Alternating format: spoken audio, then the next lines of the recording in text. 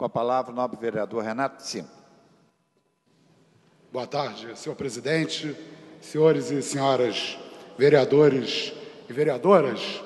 Essa é a minha primeira intervenção como vereador da cidade do Rio de Janeiro. Eu, inclusive, resolvi me inscrever para falar hoje, para enfrentar logo, né, esse drama da estreia, né? E aí, em primeiro lugar, eu queria agradecer muito aos funcionários da Câmara Municipal pela recepção que tem feito ao nosso mandato, né? Agradecer ao carinho, à atenção, a toda a ajuda, né, nas milhares de dúvidas que têm aparecido para a gente nesse início de mandato. Agradecer especialmente a Verinha e a Tânia por toda a paciência e atenção que tem tido com a gente. Eu fui assessor do vereador Eliomar Coelho durante 7 anos aqui nessa casa, né? Espero ter aprendido muito com o vereador Eliomar Coelho, espero poder ser digno de manter a tradição que o vereador Eliomar Coelho representa nessa casa, de integridade, de combatividade e de ser uma pessoa que se dedica a ser um excelente parlamentar, né, que estuda, que faz os debates políticos. Então, essa é o nosso desafio, né, honrar o meu professor, o vereador Eliomar Coelho. Bom, sobre a mensagem do prefeito, né, eu achei engraçado ontem, quando eu estava pensando no discurso que eu ia fazer hoje, né, ainda não tinha acontecido a minha madrugada. E como é que foi a minha madrugada ontem? A minha madrugada foi a seguinte: eu moro na Tijuca, em frente ao Colégio Batista, e por volta de 11 horas da noite eu estava voltando de uma caminhada pelo bairro e vi que a fiação elétrica estava pegando fogo, né, bem em frente à minha casa. A minha primeira atitude foi ligar para o Corpo de Bombeiros. Qual foi a resposta do Corpo de Bombeiros? Olha, você tem que ligar para a Light, né, porque isso é uma questão de fiação. Não, mas está pegando fogo do lado de uma árvore, vai incendiar a árvore. Não, se começar a pegar fogo na árvore, o senhor liga para a gente de novo, né? Esse foi o atendimento que eu tive no Corpo do Bombeiro. Aí eu liguei para a Light. Liguei para a Light e a funcionária queria o número, né, do meu registro na Light para eu poder anunciar uma emergência numa rua, na via pública, né? Consegui falar com a Light. Até aí nada a ver com a Prefeitura do Rio. Só que logo depois que eu consigo falar com a Light, o incêndio derrubou um dos fios de alta tensão, ficou caído no meio da rua José Higino, que é uma rua de movimento. Aí eu passei a acionar o serviço de emergência da Prefeitura, o 1746, pedindo 2 coisas da emergência da Prefeitura. Que mandasse a Rio Luz, já que o poste era um poste da Rio Luz que estava pegando fogo. 2, que mandasse a Guarda Municipal, porque aquele fio de alta tensão no meio da rua, né, estava ameaçando a vida dos motoqueiros. Os carros passavam pelo fio, batiam no fio, né? Os motoqueiros, ficou eu e um grupo de vizinhos em volta do fio de alta tensão para alertar os motoqueiros sobre o que estava ocorrendo. Bom, eu comecei a cuidar dessa situação às 11 horas da noite. Às 3 horas da manhã chegou a Rio Luz e resolveu o problema do incêndio, junto com os bombeiros, né, que quando começou a pegar fogo na árvore, eu liguei para o quartel e avisei: olha, agora está pegando fogo na árvore. Aí eles foram, né, para ver o incêndio que já podia ter sido evitado antes.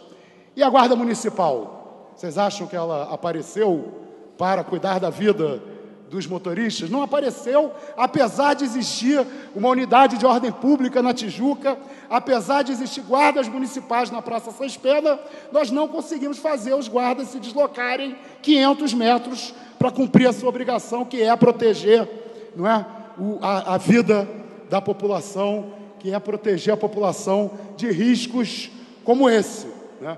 Então, eu vivo uma madrugada dessas, né? Aí depois chego aqui e escuto a leitura de um relatório, como, né, que a sensação que dá é que eu moro numa cidade da Escandinávia, numa cidade do primeiro mundo, em que os serviços realmente atendem a população. Só a título de curiosidade, a Light chegou na minha casa às 9h30 da manhã de hoje, né, sem entender ainda que eu estava reclamando de um incêndio na rua, né? Foram lá para ver o que estava acontecendo na minha casa.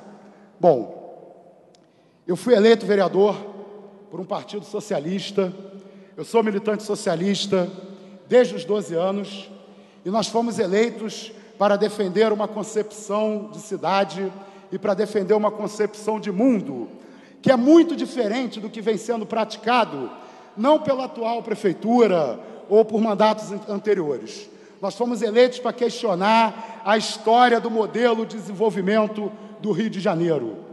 Desde 1902, quando o prefeito Pereira Passos foi nomeado prefeito da capital, o Rio de Janeiro vem sofrendo uma intervenção política dos poderes públicos no sentido de construir uma cidade apartada. Os bairros não são ocupados por classes sociais diferentes, simplesmente porque as classes sociais ocuparam bairros diferentes. O poder público no Rio de Janeiro, desde o início do século XX, vem privilegiando determinados bairros e determinados setores da nossa sociedade em detrimento da grande maioria da população. Se hoje nós temos tanta desigualdade social na nossa cidade, isso tem a ver com a atuação histórica da Prefeitura do Rio de Janeiro, e que, infelizmente, a gente é obrigado a concluir que não mudou nos últimos anos. Nós continuamos a ver moradores sendo removidos de bairros de classe média alta, para serem enviados para os subúrbios da cidade.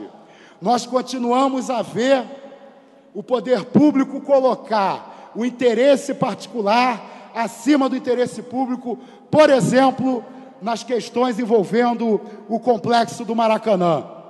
O prefeito, em entrevista, logo depois de ser reeleito, ele falou, brincou, dizendo: a Copa do Mundo é muito bom, porque agora tudo o que eu tenho que fazer no Rio de Janeiro, eu digo que é por causa da Copa do Mundo. E no complexo do Maracanã, é exatamente isso que está acontecendo. O discurso da prefeitura é que a derrubada do Célio de Barros, do Júlio Delamare, da Escola Friedenreich, do Museu do Índio, atende aos interesses da Copa do Mundo, atende aos interesses da FIFA. E a própria FIFA já desmentiu que não tem interesse nenhum na derrubada desses prédios. A gente entrando na internet, vendo os projetos da revitalização do complexo do Maracanã para a Copa do Mundo, todos esses equipamentos estão lá nos projetos, mantidos exatamente como estão. Esses equipamentos, eles começam a desaparecer dos interesses do poder público quando surge o interesse na privatização do complexo do Maracanã.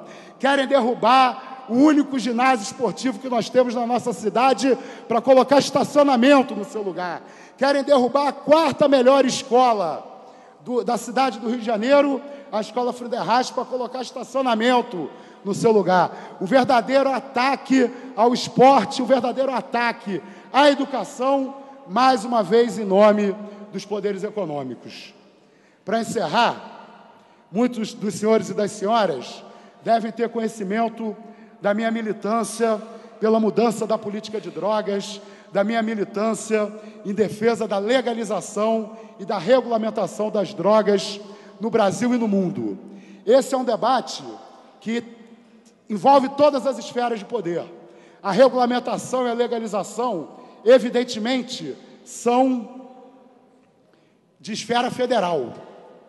Mas existe, ou deveria existir, uma política pública municipal de saúde mental para atender as pessoas que desenvolvem uso problemático de drogas. E hoje, a Prefeitura do Rio de Janeiro, desde o ano passado, vem desenvolvendo um processo de higiene social disfarçado de política de drogas, que é essa política de recolhimento compulsório de crianças e adolescentes usuários de crack. É evidente que a Prefeitura tem que agir, mas a política pública não pode ser essa.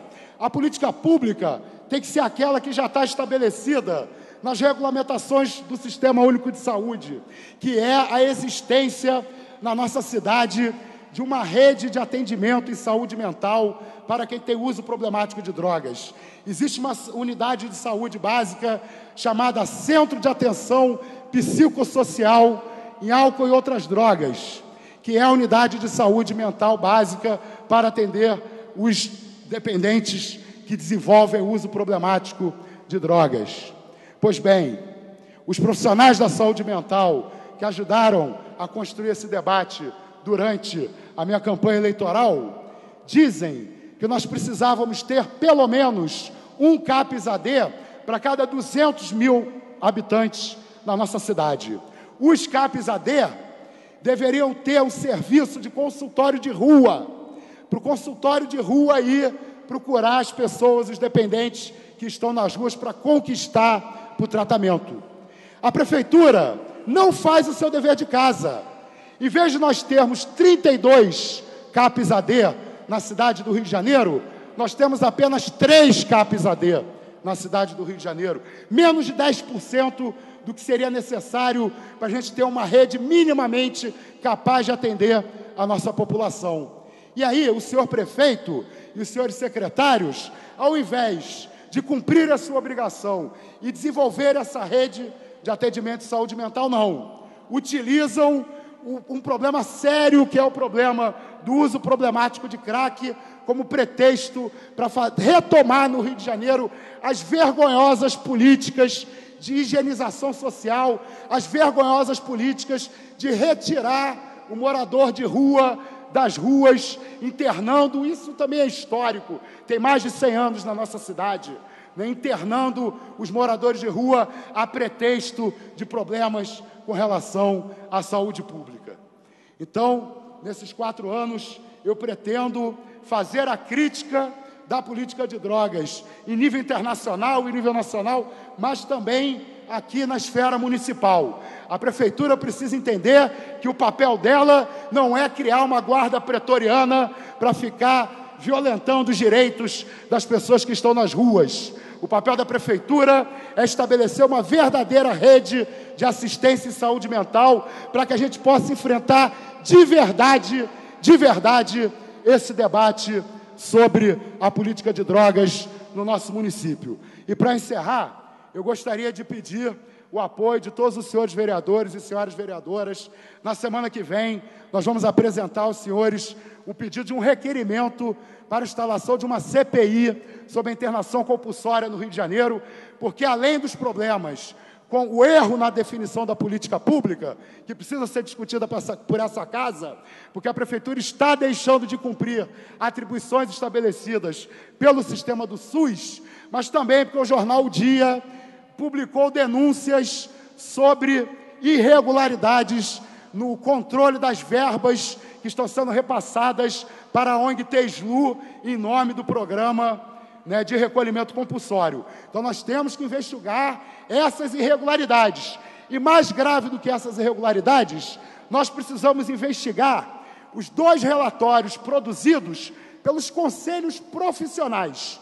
Não foi por nenhuma ONG ligada à legalização, não foi por nenhum grupo oposicionista. Os conselhos regionais de psicologia, de serviço social, de nutrição, de enfermagem, junto com a OAB, já publicaram 2 relatórios mostrando que as crianças e adolescentes estão sendo internados sem que haja diagnóstico se aquelas crianças e adolescentes são realmente os dependentes problemáticos de drogas ou não. Não há diagnóstico. A lei, quando estabelece a internação compulsória, ela estabelece que só quem pode pedir a internação compulsória é o Ministério Público ou a família da pessoa.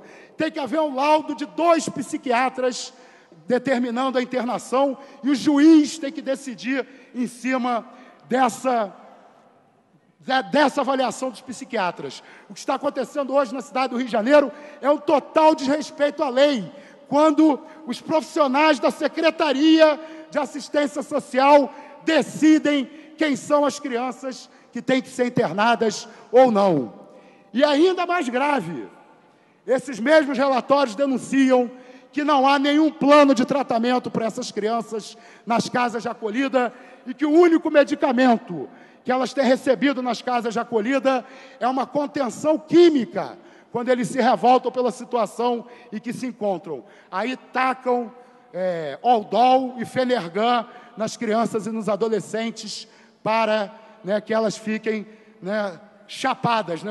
O que em tese a prefeitura não queria que elas ficassem, né, a Prefeitura se utiliza, né, desses meios químicos de contenção, o que é mais uma absurda violação do direito dessas crianças e adolescentes. Então, em função de todas essas ilegalidades e dessas graves violações aos direitos das crianças e adolescentes que estão sendo internados pela Prefeitura, eu vou pedir, a partir da semana que vem, o apoio das senhoras e dos senhores para que a gente possa instalar uma CPI, investigar a atuação da Prefeitura e, por que não, também tentar descobrir por que o Ministério Público anda tão calado a respeito disso. Muito obrigado pela atenção. Espero que todos nós tenhamos uma ótima legislatura em nome da população sofrida do Rio de Janeiro, que precisa tanto de todos nós. Obrigado.